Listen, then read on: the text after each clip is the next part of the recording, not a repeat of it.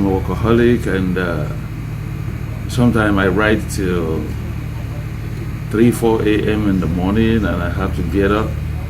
But now I can't do all those things anymore because age will definitely catch up with you. But being consistent has just been hard work. I enjoy hard work. I enjoy what I do. You know, that's exactly what it is. Maybe about 15, 16 years ago, I worked with our former president, Olusegun Obasanjo, and he's a workaholic. This is a hard worker. And if Baba don't leave the villa, we all stay till he leaves, you know, way hours in the morning sometimes, and he goes back to the residence, keeps working. So when you work with mentors like that, you don't have any other way to do it but to just work hard. You know, and when I get back to my private sector, it's just still working hard. When I was disqualified, I had to go back to the US. And the funny thing about the disqualification was that I got my letter on a Sunday. We were supposed to have the election in March then sometimes. And I realized that it was even my late dad that noticed that my letter from the election commission was dated on a Sunday. Then we later realized that these are ways of military editing everybody that they don't want to, you know, contest. So after that, I went back to the US, and I returned again in '96. After the election, I returned in '96. Nigeria was more like becoming home then. Then I got involved with a group called African Refugees Foundation, established by Ambassador Sheikh Molushala. I worked briefly for African Refugees Foundation. Then myself and Ambassador Sheikh Molushala went to the UN, the UNHCR, United Nations High Commission for Refugees, on Awolowo Ikore. And we met the country representative of UNHCR, a man by name Kwame Afiye, who got so much interested in me and wanted me to come into UNHCR. Ambassador Sheikh recommended me, so I worked with UNHCR as a consultant. Then what happened? Then the man invited me that we should do. We were preparing for the trying to bring out the return of the Liberian refugees in Nigeria. So I got involved with that. We had to go to Liberia. I went there almost about 6 times in the Hercules plane. That was a different experience for me. To the battle zone, you know, and myself and Ambassador Sheikh. That was how I basically got into politics. Went back, then came back again in 98, 99, when the PDP, APC, and not APC, AD, were all setting up their political structure. So I started from there, and I've never left PDP ever since. Why? I always wanted to ask you that question. A lot of people have asked me that question. I think it's who I am. You know, a lot of us come into politics with different mindsets. What do I really want from politics? It was, I have always thought about it that it's an opportunity to contribute what you have and touch the people. And that was basically why I cannot leave one party and jump to another one. Even a lot of my friends, you know, has jumped from A, B, C, D, but I couldn't. It's not who I am.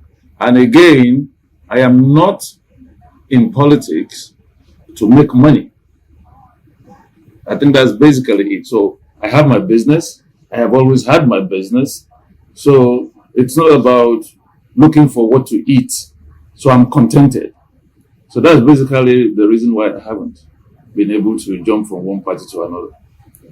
And then you've also been synonymous with Lagos PDP, and you've always been there and all of that. And despite all the crises and all that, you've stood your time and your test of time and all of that. So how do you also explain that Lagos PDP is a different it's a different ball game, and if you really go deep down,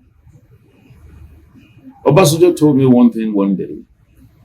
That was so many years ago. He said, "I think Lagos PDP is jinxed," and for a while I started believing that could it be the fact that we are jinxed, and go find out why. You really never say. It's just like self-destruction. Because you want to win. You have a formidable ruling party in Lagos and you say you want to win. You truly want to win. Why are you guys fighting yourself? Why can't you close ranks? Somebody will always be the problem, and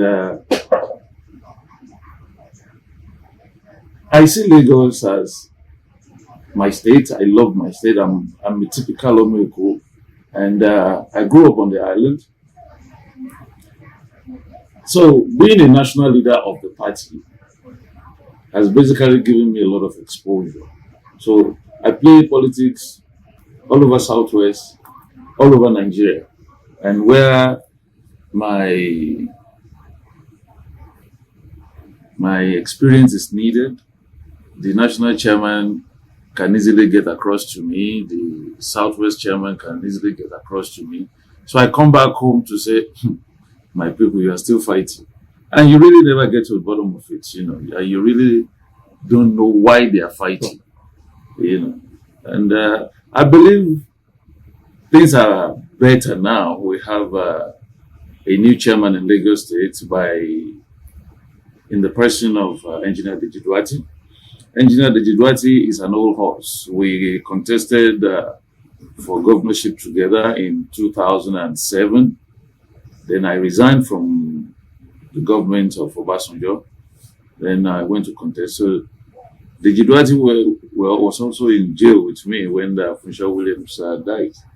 And we still see ourselves as the credible class of Lagos State. That's what myself, Deji, Engineer Kamsin, Tokunbo Kamsin, Musli Obanikoro, Deji Aganga, Kayode Anibaba, the lots. These were the people that were really committed to politics when politics in Lagos was there with PDP. So I've always been contented. Maybe that's the reason. How did you feel at that time when you lost shoulder? It was a big blow. It was a big blow. And the funny thing was that you ask yourself, why will anybody pick all of us that were contesting with him and just slam all of us in detention? And we were there for about a month or two.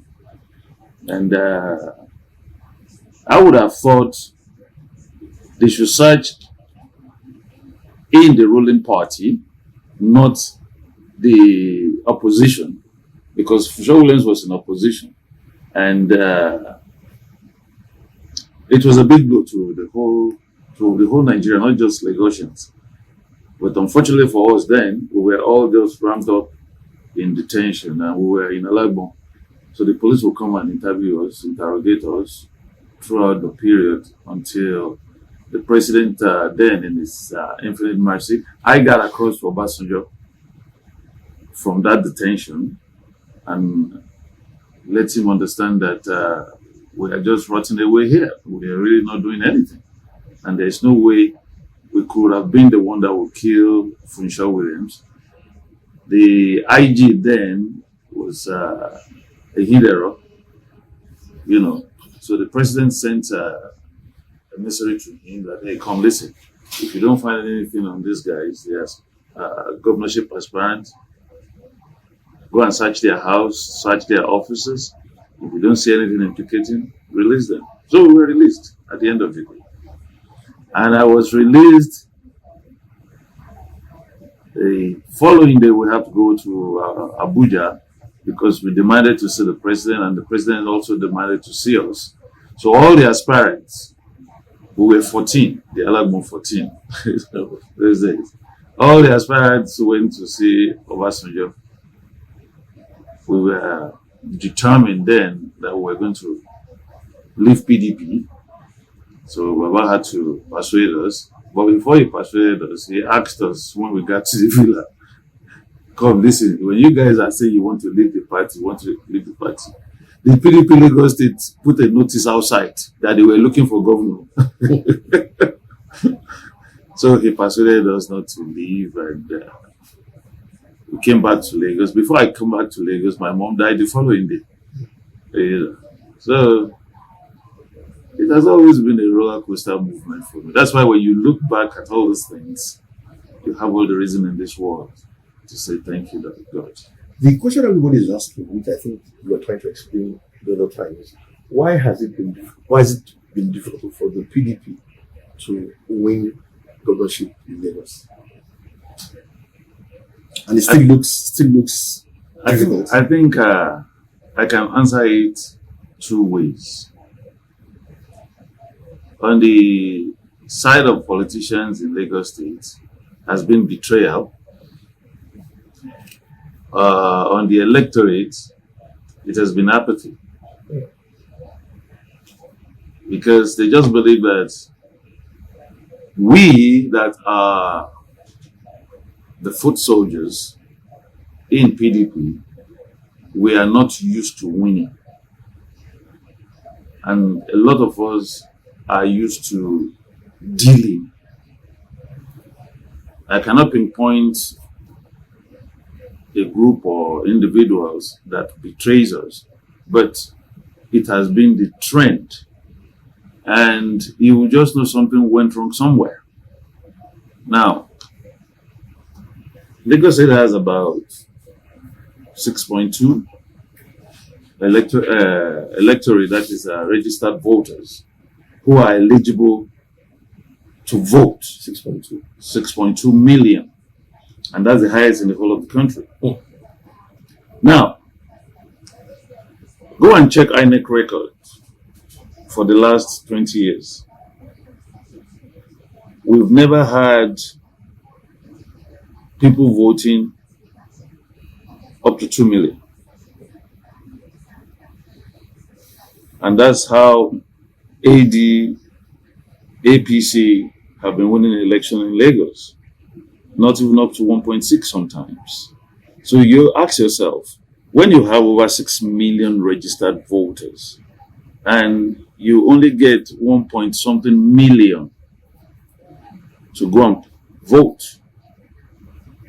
And again, the APC people, they have their own style. This gangsterism of winning. You know, they know our strength is Lagos West. Lagos West has the highest local government, from Mushin to Badagry. That's 10 local governments. Central is 5 local governments. Lagos East is Ekbe, Ikorodu, Koshofe, 5 local governments. So Lagos West is our strength. If Lagos West is our strength, and that's where you have a lot of non-speaking Yoruba ethnic group, you know, they will threaten them, intimidate them, don't let them vote. Tell them that all the people in Ladipo, Oshodi, all these places, they are going to come and close your shop, close the mechanic village, close that, close a lot of things, you know. So these are things that are negating against PDP winning. And besides, they have a deep pocket financially. You understand? And They just know how to handle us. But I can assure you, with the person that is there now who is focused and is not taking any rubbish from anybody, in the person of Engineer Deji Duarte, they will be shocked come 2023. I don't give interview and talk like this about Lagos, but they will be shocked. When you have square pegs in square hole, it's no big deal to win. The biggest election we've ever done in this state is when Musa Bani Kuro was our candidate. That was a tight race with Fashola. That was a tight race. And you can tell that Musa Bani Kuro was the best candidate we had. He's the best, you know. And the other ones, they are more like technocrats coming to contest. Kuro is, give it to him. We are brothers, give it to him. Except you want to lie. You may hate him, you may not like him, you may like him, but he is a candidate to beat.